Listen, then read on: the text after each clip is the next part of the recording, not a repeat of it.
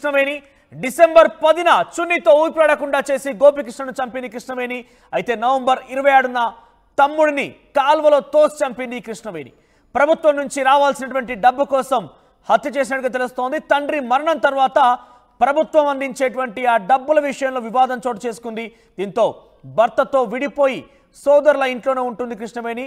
ఒకసారిగా ఆ ఆస్తి మొత్తం తన వైపుకే రావాలి, ఆ డబ్బంతా కూడా తనకే కావాలనే ఒక దురుద్దేశంతో ఇద్దరు సోదరుని హతమార్చింది. ఒకరోజు ఒకరిని, మరో రోజు ఇంకొకరిని గోపికృష్ణ రామకృష్ణని హత్య చేసింది. డిసెంబర్ 10న చున్నీతో ఊపిరాడకుండా చేసి గోపికృష్ణను హతమార్చింది. అంతకు మునుపే నవంబర్ 26న తమ్ముడిని కాలువలో తోసి చంపింది కృష్ణవేణి. మరిన్ని అప్డేట్స్ రామారావు అందిస్తారు. రామారావు, బేసిక్ గా మనం చూస్తుంటాం ఆస్తి వివాదాల్లో అన్నతమ్ముల మధ్య పంచాయతీల అన్నదమ్ముల మధ్య పెద్ద వివాదాన్ని చూస్తుంటాం. కానీ ఇక్కడ మరోలా ఉంది. ఇద్దరు సోదరుని ఒక సోదరి తన చెల్లెలే చంపేసింది. డీటెయిల్స్ ఏంటి, అప్డేట్స్ ఏ రకంగా ఉన్నాయి? మనోజ్, ప్రధానంగా చూసుకున్నట్లయితే ఇక్కడ తండ్రి ప్రభుత్వ ఉద్యోగి, ఆయన మృతి చెందాడు. సో ఆయన మృతి చెందిన తర్వాత ఆయనకు వచ్చే బెనిఫిట్స్ ఏదైతే ఉన్నాయో ఆ బెనిఫిట్స్ విషయంలో సుమారు 40 లక్షల వరకు తండ్రి చనిపోయిన తర్వాత బెనిఫిట్స్ వస్తాయి. సో ఈ బెనిఫిట్స్ విషయంలోనే అన్నదమ్ములు ఇద్దరు అలాగనే సోదరి మధ్య విభేదాలు ఉన్నాయి. సో ఈ నేపథ్యంలోనే సోదరి కృష్ణవేణి అత్యంత దారుణంగా తన అన్న తమ్ముడు ఇద్దరిని కూడా అత్యంత దారుణంగా చంపింది. నకరకల్లు యానాదికాలకు చెందినటువంటి పాల్రాజు ఏదైతే ఉన్నాడో ఇతను గిరిజన సంక్షేమ పాఠశాలలో టీచర్ గా పనిచేస్తున్నాడు. పక్షవాతంతో చనిపోయాడు. సో దీనికి సంబంధించి చూసుకున్నట్లయితే ఈయనకి మొత్తం 3 పిల్లలు, 2 మగపిల్లలు, 1 ఆడపిల్ల. సో పెద్ద కుమారుడు గోపికృష్ణ వచ్చేసరికి బొల్లపల్లి మండలం బండ్లమూడు పోలీస్ స్టేషన్ లో కానిస్టేబుల్. అలాగనే ఏదైతే తర్వాత కృష్ణవేణి కూతురు, తర్వాత దుర్గా రామకృష్ణ. సో వీళ్ళ 3 సంతానం. అయితే 3కి పెళ్లిళ్ళు అయినప్పటికీ కూడా ఏదైతే గోపికృష్ణ, దుర్గా రామకృష్ణ, కృష్ణవేణి 3 కూడా ఆ పెళ్లిళ్లు చేసినప్పటికీ కూడా గోపికృష్ణ, దుర్గా రామకృష్ణ భార్యల్లో వదిలేశారు వివిధ కారణాల నేపథ్యంలో. అలాగనే కృష్ణవేణి కూడా భర్తను వదిలేసి తండ్రి దగ్గరే ఉంటుంది. సో ఈ నేపథ్యంలోనే తండ్రి దగ్గరే ఉంటూ తండ్రికి సేవ చేస్తూ ఉంటుంది. తండ్రితో పాటు ఉన్న నేపథ్యంలో ఆయనకు పక్షపాతం వచ్చిన సమయంలో కృష్ణవేణి దగ్గరుండి అన్ని చూసుకుంది. సో ఆయన చనిపోయిన తర్వాత ఈ బెనిఫిట్స్ విషయంలోనే ఈ 3 మధ్య కూడా వివాదాలు తలెత్తాయి. సో ఈ నేపథ్యంలోనే చాలా ప్లాన్డ్ గా బెనిఫిట్స్ ఏదైతే ఉన్నాయో బెనిఫిట్స్ మొత్తం నాకే రావాలి, నేనే సర్వీస్ చేశాను కాబట్టి నాకే బెనిఫిట్స్ రావాలి, ఖచ్చితంగా మీ ఇద్దరికి రావని చెప్పింది. ఈ నేపథ్యంలోనే వాళ్ళు అడ్డు తగలటంతో ఎలాగైనా సరే వీళ్ళని హతమారిస్తే తప్పితే తనకు ఆ బెనిఫిట్స్ రావని భావించింది. ఈ నేపథ్యంలోనే ఏదైతే నవంబర్ లో చూసుకున్నట్లయితే దుర్గా ప్రసాద్ ని పక్క పథకం ప్రకారము పంట కాలువ ఏదైతే సాగర్ కెనాల్ దగ్గరికి తీసుకొచ్చి కాలువలో పడేసి కాలువలో తోసేసింది. ఆ తర్వాత డిసెంబర్ 10 ఈ నెల 10న ఏదైతే గోపికృష్ణ కానిస్టేబుల్ ఉన్నాడో కానిస్టేబుల్ ని ఆ ఇంటికి తీసుకొచ్చేసి అతనికి కానిస్టేబుల్ కి మద్యం తాగే అలవాటు ఉంది. సో ఈ నేపథ్యంలోనే లిక్కర్ బాగా తాపించిన తర్వాత సున్నితో ఉరేసి సోదరుని కూడా చంపింది. అయితే 2 ఘటనలు కూడా ఒక్కసారి ఏం జరగలేదు. 2 ఘటనలు కూడా వేరు సందర్భాల్లో వేరు ప్రదేశాల్లో జరిగాయి. మొదటి ఘటన తమ్ముడిని ఈ రకంగా చంపేసిన నేపథ్యంలో ఎవరు పసిగట్టలేకపోయారా? అటువంటి కేసులు కానీ అటువంటి సస్పెక్ట్ చేయలేకపోయారా? అంటే కాలులో పడడం గల కారణం ఏమని చూపించారు అప్పుడు ఆ రోజు? ఎందుకంటే ఇక్కడ వాళ్ళు భార్యల్ని వదిలేశారు. కుటుంబ వివాదాల నేపథ్యంలో భార్యను వదిలేసినటువంటి పరిస్థితి ఉంది. ఏదైతే చిన్న తమ్ముడైనటువంటి రామకృష్ణ. సో అతను ఒంటరిగా ఉంటున్న నేపథ్యంలో అతను కనిపించకుండా పోయినా కూడా ఎవరు అడిగే పరిస్థితి లేదు. ఎందుకంటే ఈ సోదరికి ఆల్రెడీ తెలుసు ఏమే చంపింది కాబట్టి. సో ఇంకొక బ్రదర్ వచ్చేసరికి అతను కానిస్టేబుల్ గా ఉన్నాడు, అతను డ్యూటీలు నిర్వహిస్తున్నాడు. సో వీళ్ళిద్దరి మధ్య కూడా కొంత ఈ వివాదం నేపథ్యంలో ఎవరు ఎక్కడున్నారు ఏంది అని పోలీసులను సస్పెక్ట్ చేయాలి కదా. ఒక మనిషి ఉన్న పొలంగా కనిపించకుండా పోయాడంటే అనుమానం వ్యక్తపరుస్తూ ఉంటారు కదా బయట తెలిసిన వాళ్ళు కానివ్వండి, చుట్టుపక్కల ఉన్నవారు కానివ్వండి, పోలీసులు కానివ్వండి. ఖచ్చితంగా మనోజ్, ఎందుకంటే ఇక్కడ కానిస్టేబుల్ గా పనిచేస్తున్నటువంటి గోపికృష్ణ డ్యూటీకి రాకపోవడంతో బండ్లమూడి ఎస్ఐ ఆయన మెమో కూడా జారీ చేశారు. తర్వాత ఆ మెమోకి కూడా సమాధానం రిప్లై రాకపోవడంతోనే డౌట్ వచ్చింది అసలు ఏం జరుగుతుంది. ఎందుకంటే మొదటి సంఘటన నవంబర్ 26 జరిగినటువంటి సంఘటనకు సంబంధించి కాల్లో తోసివేసినప్పుడు ఎటువంటి అనుమానం రాలేదా?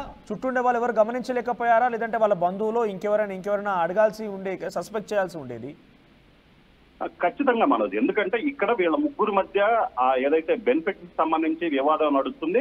సో వాళ్లే సెటిల్ చేసుకుంటారు 3, ఎందుకంటే సోదరులు సోదరి కలిపి వాళ్లే సెటిల్ చేసుకుంటారన్నారు. ఇక్కడ లోకల్ గా కృష్ణవేణి ఉంటుంది.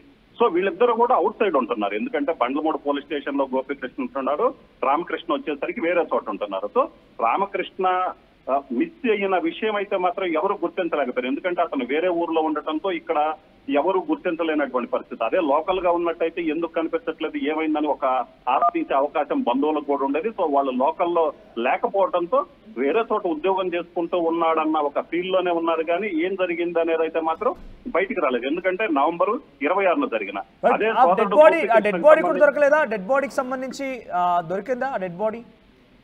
మనోజ్ ఇప్పటికీ ఏదైతే ఈ దుర్గా రామకృష్ణ ఫస్ట్ ఎవరైతే సోదరుడు ఉన్నాడో సోదరుడికి సంబంధించిన డెడ్ బాడీ కోసమే పోలీసులు గాలిస్తున్నారు. ఆమెను అదుపులోకి తీసుకొని ప్రశ్నిస్తే అక్కడ సాగర్ కెనాల్లో పడేశానని చెప్పడం జరిగింది. సో ఈ నేపథ్యంలోనూ పోలీసులు అక్కడికి వెళ్లి గాలింపులు చేపట్టారు. అలాగనే గోపీకృష్ణ ఏదైతే కానిస్టేబుల్ ఉన్నాడో కానిస్టేబుల్ ని ఎక్కడ చంపి ఎక్కడ పూడ్చిపెట్టారు, లేదంటే శవాన్ని ఎక్కడ మాయం చేశారు, ఎక్కడ పూడ్చిపెట్టారన్న కోణంలో కూడా పోలీసులు ఇప్పటికే దర్యాప్తు చేస్తున్నారు. అయితే సోదరి కృష్ణవేణి కూడా ఇప్పటికీ పోలీసులు అదుపులోనే ఉన్నట్లు మనకున్నటువంటి సమాచారం. అయితే పోలీసులు అయితే మాత్రం ఇద్దరిని చంపేసినటువంటి తన సోదరి ఆ మహిళ ఎప్పుడు పట్టుబడింది? అనుమానం ఎలా వచ్చింది ఆమె పైన?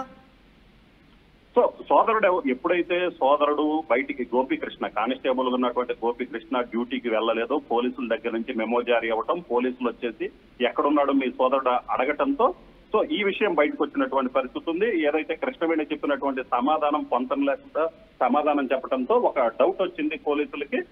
ఈ నేపథ్యంలోనే వాళ్ళు విచారణ చేపట్టిన తర్వాత కృష్ణవేణి మాటల మీద డౌట్ వచ్చి కృష్ణవేణిని అదుపులోకి తీసుకొని వాళ్ళ స్టైల్లో ప్రశ్నించడంతో ఈ 2 హత్యల విషయం కూడా వెలుగులోకి వచ్చింది మనోజ్. రైట్, ప్రెసెంట్ వారి డెడ్ బాడీకి సంబంధించి లభ్యమైందా ఇద్దరు? ఎందుకంటే కాలులో పడేసినటువంటి రామకృష్ణ కానివ్వండి గోపికృష్ణ.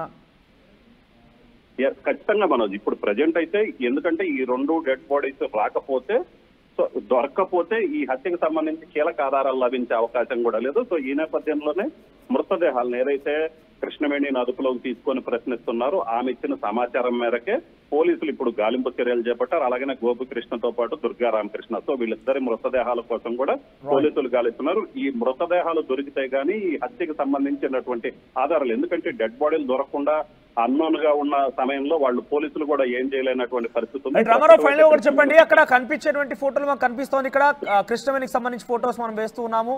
సో కృష్ణవేణి బేసిక్ గా ఒక సోదరి, అక్కడ కనీసం ఆ బ్లడ్ రిలేషన్షిప్ అయినా గుర్తుకొచ్చి ఉండాలి. లేదు కాదు కూడదలు మరీ క్రూరంగా ప్రవర్తించిందంటే తను ఒక మహిళ ప్రతిఘటించినా లేదంటే తిరుగుబడ్డా కూడా ఆ ఇద్దరు కూడా సోదరులు స్ట్రెంత్ పరంగా తనకన్నా ఎక్కువగా ఉంటూ ఉంటారు. కాబట్టి ఒక్కటే 2 హత్యలు చేసిందా?